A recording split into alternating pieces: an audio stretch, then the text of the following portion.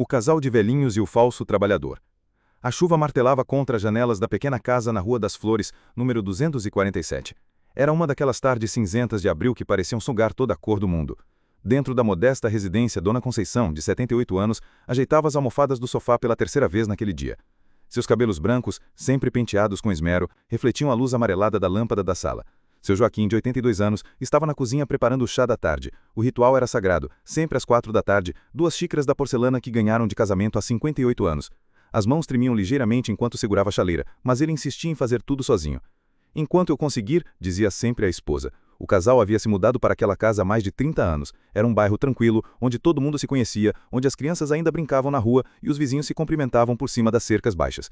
Eles nunca tiveram filhos, mas compensavam essa ausência cuidando do jardim como se fossem seus pequenos, alimentando os gatos de rua e sempre ajudando quem precisasse. A aposentadoria de ambos não era generosa, mas permitia uma vida simples e digna. Joaquim havia trabalhado 40 anos como contador em uma pequena empresa do centro da cidade. Conceição tinha sido professora primária, daquelas que marcavam gerações inteiras com sua paciência e carinho. Os vizinhos os respeitavam profundamente. Eram conhecidos por sua bondade, sempre dispostos a ajudar, mesmo quando suas próprias forças já não eram as mesmas de antes. Naquela tarde chuvosa, enquanto o casal compartilhava seu chá e biscoitos de polvilho feitos por Dona Conceição pela manhã, uma batida na porta interrompeu a tranquilidade. Não era uma batida comum, dessas dos carteiros ou vendedores. Era hesitante, quase tímida, como se quem estivesse do outro lado não tivesse certeza se deveria estar ali.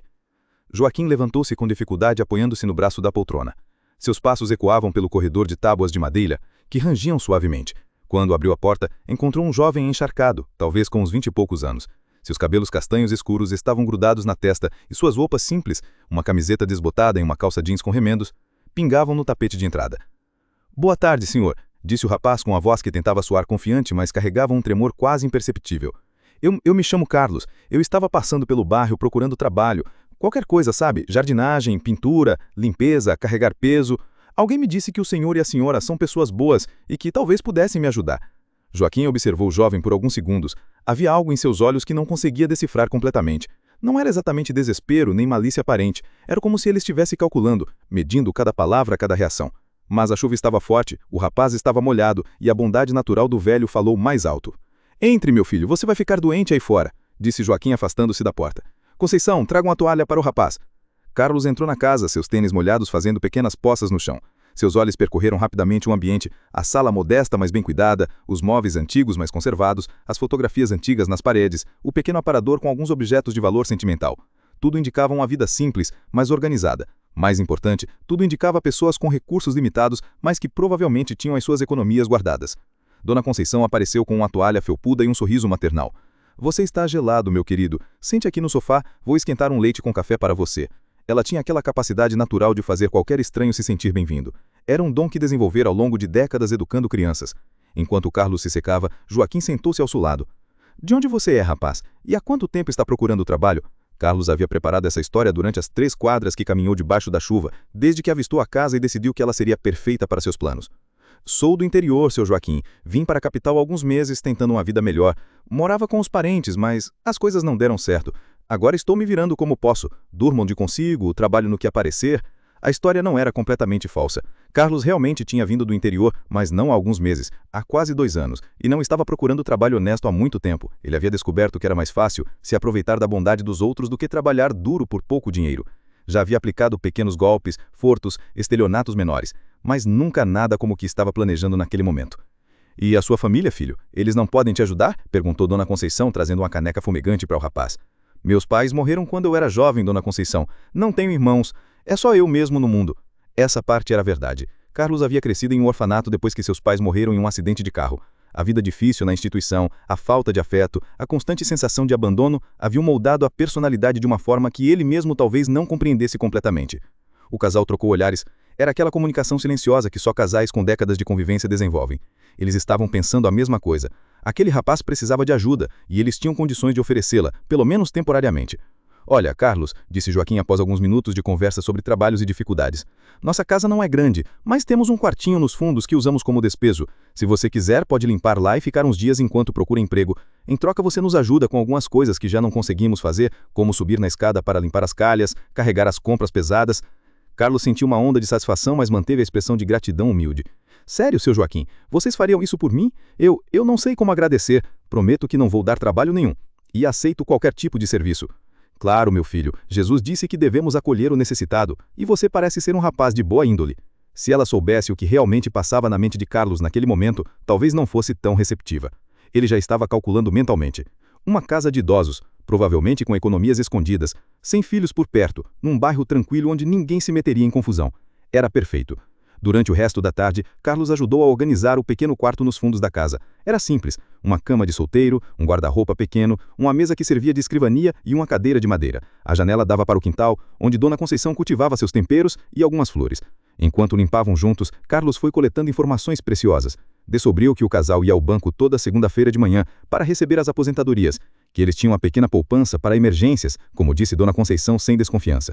Que dormiam cedo e pesado, porque ambos tomavam medicamentos para a pressão que causavam sonolência. Vocês não têm medo de morar sozinhos aqui? Perguntou Carlos enquanto ajudava Joaquim a carregar algumas caixas velhas. Medo de quê, meu filho? Este bairro é muito tranquilo. Conhecemos todos os vizinhos há muitos anos, e mesmo que houvesse algum perigo, a gente está nas mãos de Deus. Já vivemos tanto tempo que não temos mais medo de quase nada. Essa resposta tranquilizou Carlos. Pessoas sem medo eram mais fáceis de surpreender. Durante o jantar que Dona Conceição fez questão de preparar para 3 pessoas, a conversa fluiu naturalmente. Carlos demonstrava interesse genuíno nas histórias do casal, fazia perguntas sobre a vida deles, mostrava-se impressionado com os 58 anos de casamento. Toda essa atenção fez com que os velhos se sentissem especiais, lembrados. Há muito tempo não tinham a companhia de alguém mais jovem para conversar. Amanhã cedo vou com você ao centro da cidade, disse Joaquim. Conheço algumas pessoas que talvez tenham trabalho para você. Tem o seu Manuel da oficina, o Toninho do mercadinho, talvez eles precisem de alguém. O senhor faria isso por mim? Carlos forçou uma emoção que não sentia.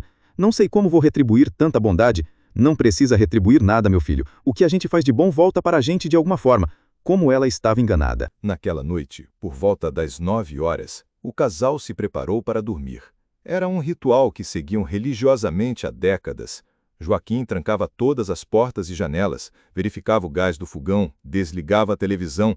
Conceição separava os remédios da manhã seguinte. Dobrava as roupas do dia, escovava os dentes com a mesma pasta dental que usavam há anos. "Boa noite, Carlos", disse ela batendo levemente na porta do quarto dos fundos. "Se precisar de alguma coisa durante a noite, pode nos chamar. Deixamos a chave da porta da frente na mesa da cozinha caso você precise sair cedo." "Muito obrigado, Dona Conceição. Boa noite para vocês dois. Que Deus os abençoe." Carlos ouviu os passos dos velhos se afastando pelo corredor, ouviu a porta do quarto deles se fechando, ouviu o rangido da cama quando eles se deitaram. Depois, gradualmente, a casa foi ficando silenciosa. Mas ele não dormiu. Ficou deitado na cama, olhando para o teto escuro, esperando que os medicamentos fizessem efeito, que o cansaço da idade levasse o casal para um sono profundo, esperando o momento certo para agir. Por volta da meia-noite, Carlos levantou-se silenciosamente. Havia tirado os sapatos e estava apenas de meias, para não fazer barulho no chão de madeira. Caminhou devagar até a porta do quarto e abriu com cuidado extremo. A casa estava mergulhada na escuridão. Apenas algumas frestas de luz da rua entrando pelas cortinas. Ele conhecia o caminho. Durante a tarde havia memorizado cada móvel, cada degrau, cada obstáculo. Foi até a cozinha e pegou uma faca grande, daquelas que Dona Conceição usava para cortar carne. O metal estava frio em suas mãos tremulantes. Não era que Carlos fosse naturalmente violento. Na verdade, essa seria sua primeira vez. Mas ele havia chegado a uma conclusão fria e calculista. Não podia simplesmente roubar os velhos e ir embora. Eles o reconheceriam, chamariam a polícia, ele seria encontrado em pouco tempo. Não, para que o plano funcionasse perfeitamente, não podia haver testemunhas. O corredor entre a cozinha e o quarto do casal parecia infinitamente longo naquela madrugada. Cada passo era calculado, cada respiração controlada. Carlos sentia seu coração batendo tão forte que tinha certeza de que acordaria os vizinhos. Suas mãos suavam, mas ele mantinha o controle firme sobre a faca. A porta do quarto de Joaquim e Conceição estava entreaberta. Ele podia ouvir a respiração pesada dos dois, especialmente os roncos suaves de Joaquim. Eram os roncos de quem dormia profundamente, sem preocupações, confiando na segurança de seu próprio lar. Carlos empurrou a porta devagar. O quarto estava escuro, mas seus olhos já haviam se acostumado com a penumbra. Ele podia ver as formas dos 2 corpos na cama de casal. Joaquim estava de lado, de costas para a porta. Conceição dormia de bruços, com o travesseiro abraçado. Por um momento, uma fração de segundo, algo dentro de Carlos hesitou. Era a visão daqueles dois seres humanos indefesos que algumas horas antes haviam lhe oferecido abrigo e comida sem pedir nada em troca.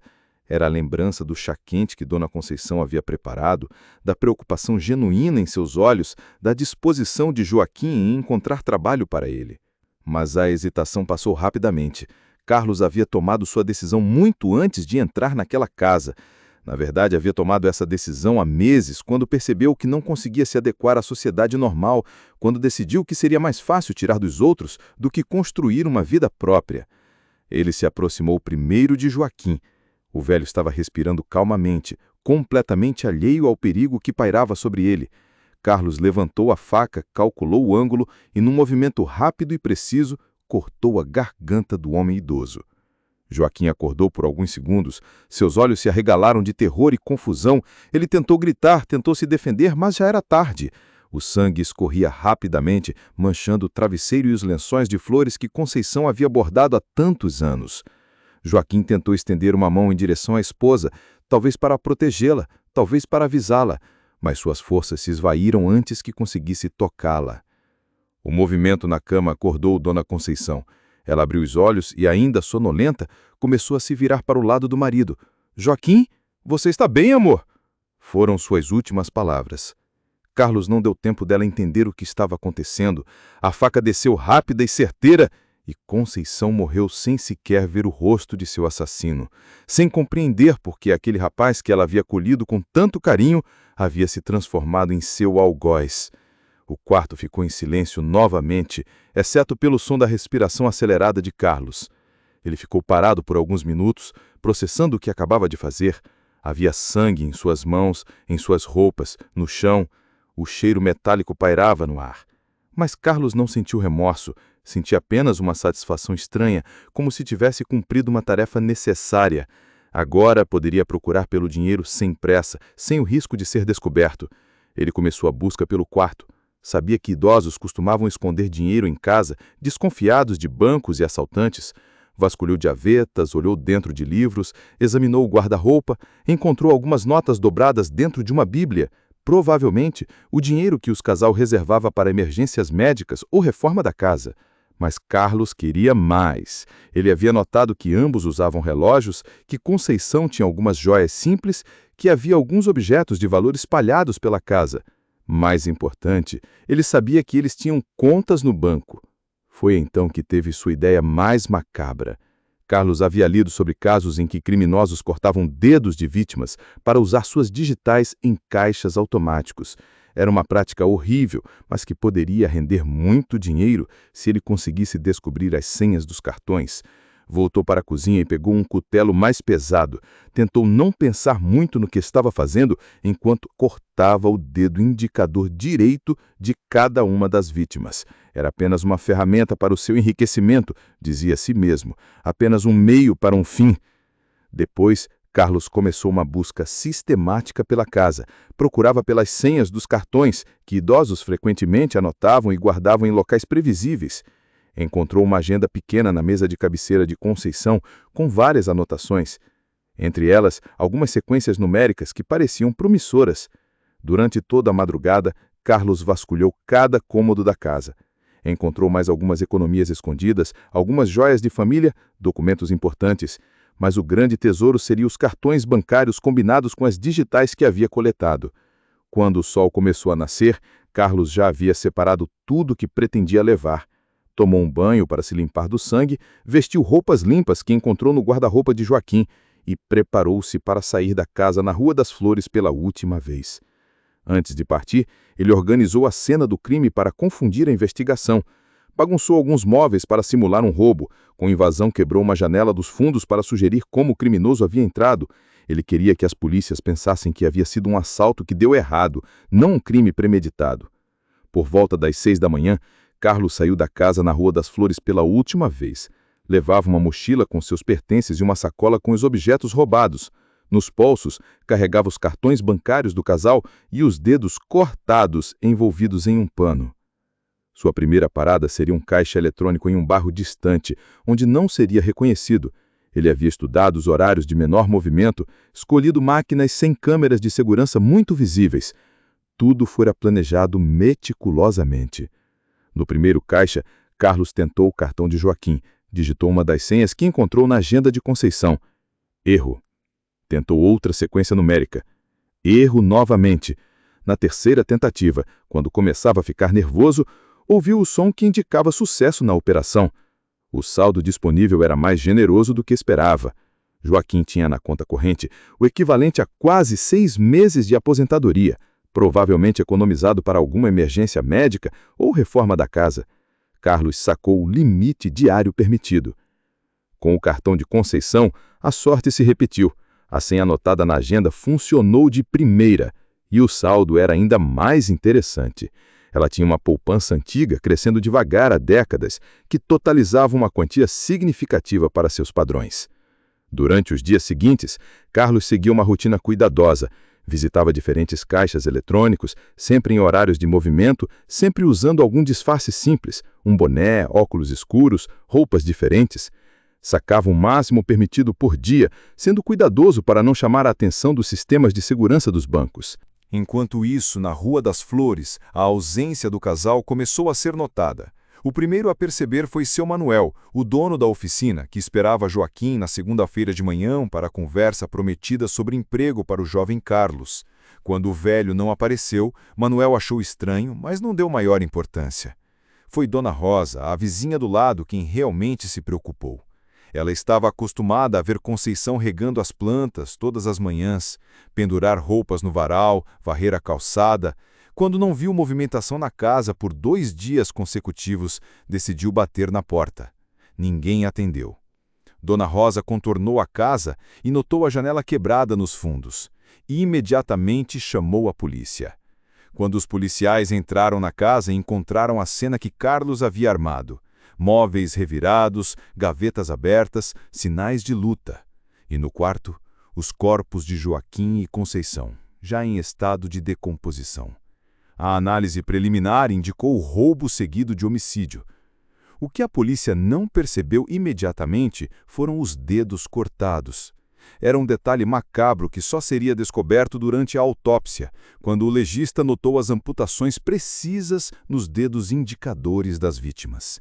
Essa descoberta mudou completamente o rumo da investigação. Não se tratava de um roubo comum, era algo muito mais elaborado e cruel.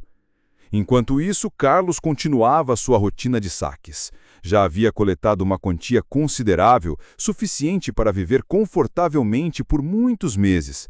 Ele se hospedava em hotéis baratos, sempre pagando em dinheiro, sempre usando nomes falsos. Mas a polícia estava se aproximando.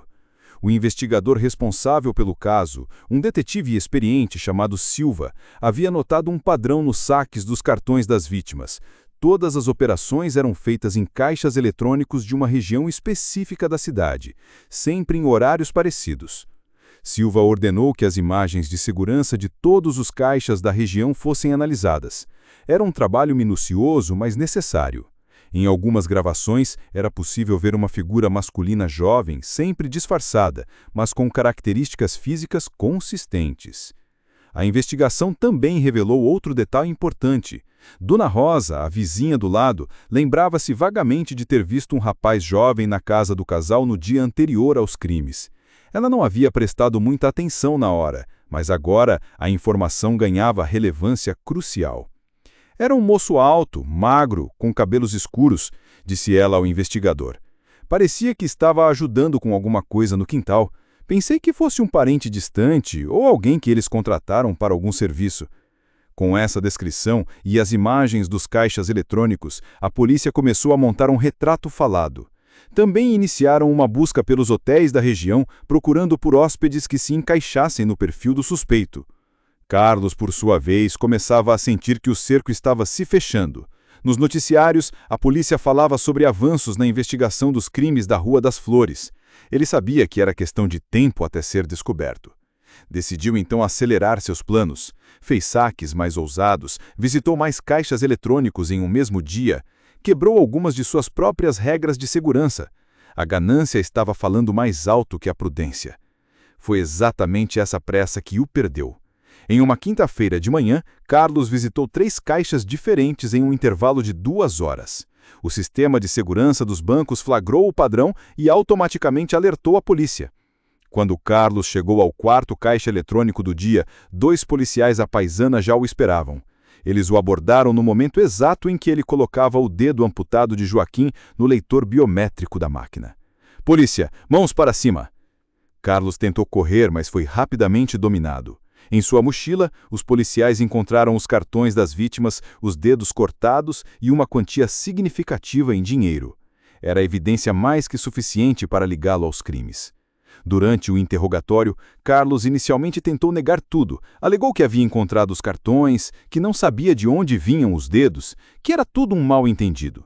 Mas as evidências eram esmagadoras. Confrontado com as imagens de segurança, com o depoimento da vizinha, com as evidências forenses encontradas na casa das vítimas, Carlos finalmente confessou. Mas mesmo durante a confissão, ele não demonstrou remorso genuíno. "Eles eram velhos", disse ele friamente ao delegado.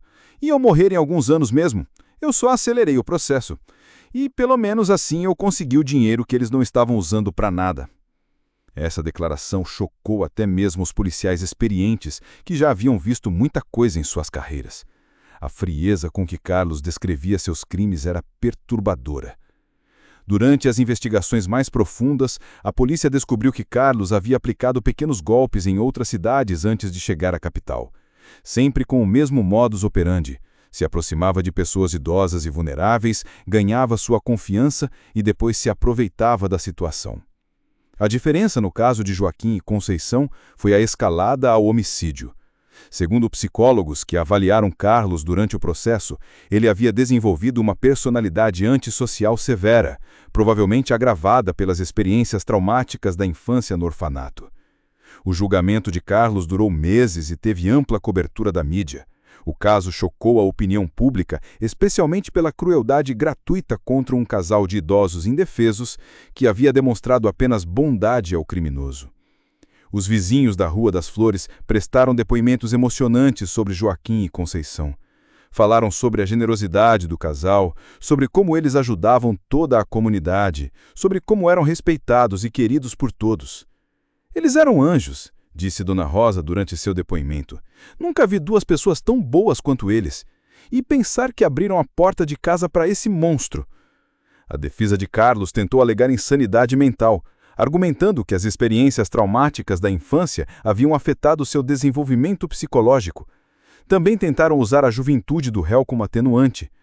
Mas o júri não foi convencido. As evidências da premeditação eram claras demais. A frieza dos crimes era perturbadora demais. Carlos foi condenado à prisão perpétua, sem direito à progressão de regime. Na leitura da sentença, Carlos manteve a mesma expressão fria que havia demonstrado durante todo o processo. Não chorou, não pediu desculpas às famílias das vítimas, não demonstrou qualquer sinal de arrependimento. Na prisão, Carlos foi isolado por sua própria segurança. Crimes contra idosos são especialmente mal vistos entre os detentos. E havia ameaças constantes contra sua vida. Ele passava a maior parte do tempo sozinho em sua cela, lendo livros da biblioteca da penitenciária ou assistindo televisão. Ocasionalmente, Carlos recebia a visita de pesquisadores interessados em estudar casos de sociopatia. Ele se mostrava disposto a conversar, mas sempre de forma calculada, como se estivesse analisando o que podia ganhar com cada interação. Anos depois, em uma dessas entrevistas, um psicólogo perguntou se ele sentia algum remorso por ter feito a Joaquim e Conceição. "Remorso?", respondeu Carlos com a mesma frieza de sempre. "Por quê? Eles precisavam do dinheiro deles. Eles não precisavam mais. Foi uma transação lógica." Essa resposta resume perfeitamente a mentalidade perturbada que levou aos crimes da Rua das Flores. Para Carlos, seres humanos eram apenas obstáculos ou recursos a serem explorados. Conceitos como compaixão, gratidão ou moralidade simplesmente não existiam em seu mundo interior. A casa número 247 da Rua das Flores permaneceu vazia por muito tempo após os crimes. Ninguém queria comprar uma propriedade onde havia acontecido algo tão terrível. As plantas do jardim de Conceição morreram aos poucos. As flores que ela cuidava com tanto carinho secaram. E o local que um dia havia sido um lar cheio de amor se transformou num símbolo de como a maldade pode destruir a inocência. Eventualmente, a casa foi vendida para uma família que não conhecia sua história sombria. Eles fizeram reformas extensas, mudaram a decoração completamente, tentaram apagar os vestígios do passado. Mas os vizinhos mais antigos ainda se lembram. Ainda evitam passar muito perto do número 247. Ainda fazem o sinal da cruz quando veem a propriedade. A memória de Joaquim e Conceição é preservada de forma diferente. A comunidade plantou uma árvore em sua homenagem na pracinha do bairro. Uma placa simples diz: "Em memória de Joaquim e Conceição, que nos ensinaram o verdadeiro significado da bondade." Essa história serve como um lembrete sombrio de que a bondade, embora seja uma das qualidades mais nobres da humanidade, também pode nos tornar vulneráveis àqueles que escolheram abraçar o mal. Joaquim e Conceição pagaram preço máximo por sua generosidade, mas seu legado de amor e compaixão continua vivo na memória de todos que os conheceram. E Carlos, ele permanece na prisão, um exemplo perturbador de como uma mente pode se tornar completamente desconectada da humanidade. Sua história é um estudo de caso sobre os perigos da sociopatia não tratada, sobre como alguém pode chegar ao ponto de ver outros seres humanos apenas como objetos a serem explorados. Passaram-se 10 anos desde os crimes da Rua das Flores. Carlos agora tem mais de 30 anos e continua cumprindo sua pena perpétua. Durante esse tempo, ele participou de alguns programas de reabilitação, mais por tédio do que por genuíno desejo de mudança. Os psicólogos que o acompanhavam relatam que ele aprendeu a simular emoções e remorso quando conveniente, mas que sua estrutura mental fundamental permanece inalterada. Em suas poucas cartas enviadas para pesquisadores acadêmicos, Carlos demonstra uma inteligência fria e calculista. Ele analisa seus próprios crimes com um distanciamento clínico, como se estivesse estudando o comportamento de outra pessoa. Essa capacidade de autoavaliação, sem autocrítica genuína, continua a fascinar e perturbar os profissionais que o estudam. "Eu entendo por que as pessoas ficaram chateadas", escreveu ele em uma dessas cartas. "Socialmente, o que eu fiz é considerado inaceitável. Mas, emocionalmente, eu não sinto que fiz algo errado. É como se eu fosse daltônico para a moralidade. Sei que existe, mas não consigo realmente vê-la." Essa analogia do daltonismo moral se tornou objeto de estudo em vários artigos acadêmicos sobre psicopatia. Carlos se tornou involuntariamente um dos casos mais bem documentados de sociopatia extrema na literatura criminológica brasileira. Enquanto isso, o bairro da Rua das Flores tentou se recuperar do trauma. A comunidade se uniu ainda mais após a tragédia, criando grupos de apoio mútuo para idosos, sistemas de checagem diária entre vizinhos e uma rede de proteção informal, mas muito eficiente. Dona Rosa, a vizinha que descobriu os corpos, nunca se perdoou completamente por não ter percebido os sinais de perigo mais cedo. Ela desenvolveu uma rotina obsessiva de verificar o bem-estar de todos os vizinhos idosos, tocando suas campainhas todas as manhãs só para ter certeza de que estão bem. "Se eu tivesse prestado mais atenção naquele rapaz", ela disse durante uma entrevista anos depois, "talvez pudesse ter salvado meus queridos vizinhos. Havia algo estranho nele, mas eu não soube identificar o que era." Os especialistas que estudaram o caso explicam que pessoas como Carlos são extremamente habilidosas em camuflar suas verdadeiras intenções. Eles desenvolvem uma capacidade quase sobrenatural de imitar comportamentos socialmente aceitáveis, fazendo com que até mesmo pessoas experientes sejam enganadas por sua performance de normalidade. O caso também levou a mudanças na legislação local sobre crimes contra idosos. As penas foram endurecidas e foram criados protocolos específicos para investigar casos suspeitos de abuso ou exploração de pessoas da terceira idade. O protocolo Joaquim e Conceição, como ficou conhecido, já ajudou a prevenir dezenas de crimes similares.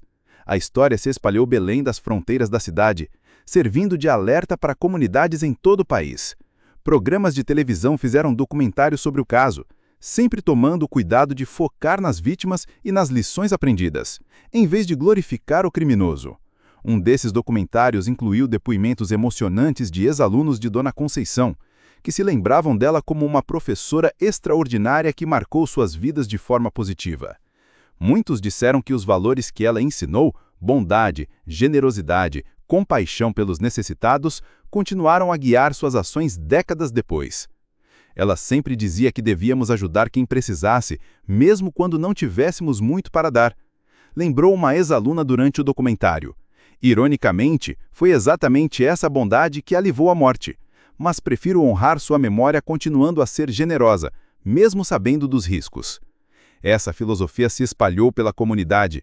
Em vez de se tornar desconfiados e fechados após a tragédia, muitos vizinhos da Rua das Flores decidiram ser ainda mais unidos e solidários, mas com precauções adequadas. Foram estabelecidos protocolos simples, mas muito eficazes. Quando alguém decide ajudar um desconhecido, informa pelo menos um vizinho sobre a situação. Idosos que vivem sozinhos têm contato diário obrigatório com familiares ou vizinhos. A comunidade criou um grupo de WhatsApp para comunicação rápida sobre situações suspeitas. Essas medidas já impediram pelo menos 3 tentativas de golpes contra idosos no bairro. Em todos os casos, os criminosos desistiram quando perceberam que a comunidade estava alerta e organizada. Carlos, em sua célula solitária, provavelmente não sabe o impacto positivo que seus crimes hediondos acabaram gerando. A morte de Joaquim e Conceição, embora trágica e injustificável, serviu de catalisador para uma onda de proteção comunitária que já salvou muitas outras vidas. Durante uma de suas últimas entrevistas com psicólogos, Carlos demonstrou uma incompreensão intelectual dessa ironia. "É engraçado como as coisas funcionam", disse ele com sua frieza característica.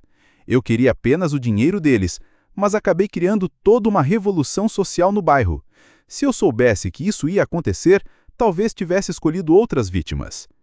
Essa declaração resume perfeitamente a mentalidade de Carlos. Mesmo quando confrontado com as consequências positivas que emergiram da tragédia que causou, ele só consegue pensar em como poderia ter evitado essas consequências para benefício próprio. A capacidade de empatia genuína simplesmente não existe em sua estrutura mental. Os estudos realizados com Carlos ao longo dos anos revelaram detalhes fascinantes e perturbadores sobre como funciona uma mente sociopata. Ele consegue identificar emoções em outras pessoas com precisão quase cirúrgica, não para se conectar com elas, mas para manipulá-las mais eficientemente. Eu sabia exatamente quais botões apertar com o velho e com a velha. Eles queriam se sentir úteis, queriam cuidar de alguém. Eu apenas dei a eles o que eles queriam, alguém que precisava de cuidado. O fato de eu estar planejando matá-los era irrelevante para a dinâmica. Essa capacidade de análise emocional desconectada de qualquer resposta empática é uma das características mais perturbadoras dos sociopatas de alto funcionamento. Eles conseguem parecer mais compreensivos e intuitivos que pessoas normais, quando, na verdade, estão apenas coletando dados para a exploração futura. O legado de Joaquim e Conceição continua a crescer com o passar dos anos. A fundação criada em sua memória já distribuiu milhares de castas básicas para famílias necessitadas, sempre seguindo o protocolo de segurança desenvolvido após a tragédia. Voluntários trabalham em duplas, todas as atividades são documentadas e há verificação constante do background das pessoas envolvidas. "Queremos honrar a memória deles continuando a ajudar os necessitados", explica Maria, coordenadora da fundação e ex-aluna de Dona Conceição. "Mas fazemos isso de forma inteligente, protegendo tanto quem ajuda quanto quem recebe." A casa número 247 da Rua das Flores hoje abriga uma família jovem com 2 crianças pequenas. Eles sabem da história sombria do local, mas decidiram transformá-la em um lar cheio de vida e alegria novamente. O jardim foi replantado, desta vez com flores ainda mais vibrantes que as que Conceição cultivava. "Sentimos que temos a responsabilidade de trazer vida de volta para este lugar", disse a nova moradora. "Toda vez que nossas crianças brincam no quintal, toda vez que rimos na sala de estar, estamos apagando um pouquinho da tristeza que este lugar já viu." Os criminologistas que estudaram o caso de Carlos identificaram vários fatores que poderiam ter servido de sinais de alerta. Sua história pessoal traumática, sua incapacidade de manter relacionamentos duradouros, seu histórico de pequenos golpes e manipulações. Mas também reconhecem que identificar sociopatas antes que cometam crimes graves é extremamente difícil. Pessoas como Carlos são mestres do disfarce, explica Dr. Santos, criminologista que escreveu um livro sobre o caso. Eles estudam comportamentos sociais normais e os reproduzem com perfeição. É como se fossem atores profissionais interpretando o papel de pessoa normal 24 horas por dia. Essa capacidade de camuflagem social é o que torna casos como o de Carlos tão perigosos. Diferente dos criminosos impulsivos ou emocionalmente descontrolados, sociopatas planejam meticulosamente suas ações e raramente deixam pistas óbvias de suas intenções. A investigação também revelou que Carlos havia estudado outros casos similares através da internet. Ele tinha conhecimento detalhado sobre técnicas de manipulação psicológica, sobre como ganhar a confiança de pessoas vulneráveis, sobre como apagar evidências digitais. Não foi um crime de oportunidade, mas o resultado de meses de planejamento e pesquisa. Ele transformou o assassinato em uma ciência, disse o delegado Silva durante uma palestra sobre o caso.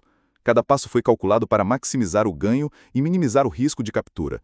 Se não fosse pela ganância que o acelerou os saques no final, talvez nunca o tivéssemos pegado. Essa observação levanta questões perturbadoras sobre quantos outros Carlos podem estar operando na sociedade sem serem detectados. Criminosos inteligentes que conseguem controlar seus impulsos e seguir seus planos friamente podem passar anos ou décadas sem serem descobertos. O sistema prisional brasileiro não estava preparado para lidar com um caso como Carlos. Ele não demonstra os padrões típicos de violência carcerária, não forma alianças com outros detentos, não participa de motins ou confusões. Ele simplesmente existe no sistema, cumprindo sua pena com a mesma frieza que cometeu seus crimes. Os guardas que lidam com ele diariamente descrevem uma experiência perturbadora. É como cuidar de um robô, disse um deles em entrevista anônima. Ele fala quando necessário, obedece às regras, nunca causa problemas. Mas você sente que ele está sempre observando, sempre analisando, mesmo quando parece estar apenas lendo um livro. Essa observação constante é outra característica típica de sociopatas de alto funcionamento. Eles estão sempre coletando informações sobre as pessoas ao seu redor, não por curiosidade genuína, mas por instinto de sobrevivência e possível exploração futura. Após 15 anos na prisão, Carlos desenvolveu uma rotina rígida. Acorda sempre no mesmo horário, faz exercícios físicos em sua cela, lê vorazmente livros de psicologia e criminologia. Ele se tornou, ironicamente, um especialista em seu próprio transtorno mental. Em suas cartas mais recentes, ele demonstra uma compreensão intelectual impressionante sobre psicopatia e sociopatia. Pode discutir teorias acadêmicas com propriedade, analisar outros casos criminais com insight perturbador e até mesmo oferecer sugestões para o sistema prisional. Eu me tornei um estudo de caso vivo, escreveu ele recentemente. É interessante observar como outros pesquisadores tentam entender minha mente. Às vezes, eu os ajudo fornecendo informações precisas sobre os meus processos mentais. Outras vezes, eu minto deliberadamente para ver se conseguem detectar a mentira. É um jogo fascinante. Esse uso da própria condição como entretenimento intelectual é particularmente perturbador. Carlos transformou até mesmo sua prisão perpétua em uma forma de estimulação mental, usando pesquisadores e psicólogos como objetos de sua curiosidade científica perversa. A história de Joaquim, Conceição e Carlos se tornou um caso clássico estudado em universidades de psicologia e criminologia em todo o Brasil. Representa perfeitamente a interseção entre bondade humana genuína e maldade calculista, entre vulnerabilidade social e predação psicológica. Estudantes de psicologia frequentemente fazem a pergunta inevitável: Carlos nasceu assim ou foi moldado pelas circunstâncias? A resposta, segundo os especialistas, provavelmente envolve ambos os fatores. Predisposições genéticas para transtornos de personalidade antissocial, combinadas com trauma infantil e falta de vínculos afetivos saudáveis, criaram um monstro que destruiu 2 vidas inocentes. Mas compreender as causas não significa desculpar as ações. Carlos teve múltiplas oportunidades ao longo da vida para buscar ajuda, para desenvolver conexões humanas genuínas, para escolher um caminho diferente. Em cada uma dessas oportunidades, ele conscientemente escolheu o caminho da exploração e manipulação. A última palavra sobre este caso sombrio deve pertencer às vítimas, não ao criminoso. Joaquim e Conceição representavam o melhor da humanidade. A disposição para ajudar estranhos, a generosidade mesmo em circunstâncias modestas, o amor genuíno que se estende além da família imediata para abranger toda a comunidade. Sua morte foi uma tragédia, mas sua vida foi um testemunho poderoso sobre o impacto que pessoas boas podem ter no mundo. O bairro da Rua das Flores é hoje mais seguro, mais unido e mais compassivo por causa do exemplo que eles deixaram. Carlos continua vivo em sua cela, um lembrete sombrio de que o mal existe no mundo. Mas a memória de Joaquim Conceição brilha muito mais forte, inspirando atos de bondade e proteção comunitária que se espalham muito além do local onde viveram e morreram. Essa é, talvez, a verdadeira lição desta história terrível, que mesmo diante da maldade mais extrema, o bem pode prevalecer, Não através de vingança ou ódio, mas através da determinação coletiva de proteger os vulneráveis e honrar aqueles que perdemos. E assim termina a história do casal de velhinhos e o falso trabalhador. Uma narrativa que nos lembra que devemos ser bondosos, mas também vigilantes. Que devemos ajudar os necessitados, mas com sabedoria e precaução. E que devemos sempre lembrar que, por mais escura que seja a noite, sempre haverá pessoas dispostas a acender uma luz para guiar o caminho de volta à humanidade.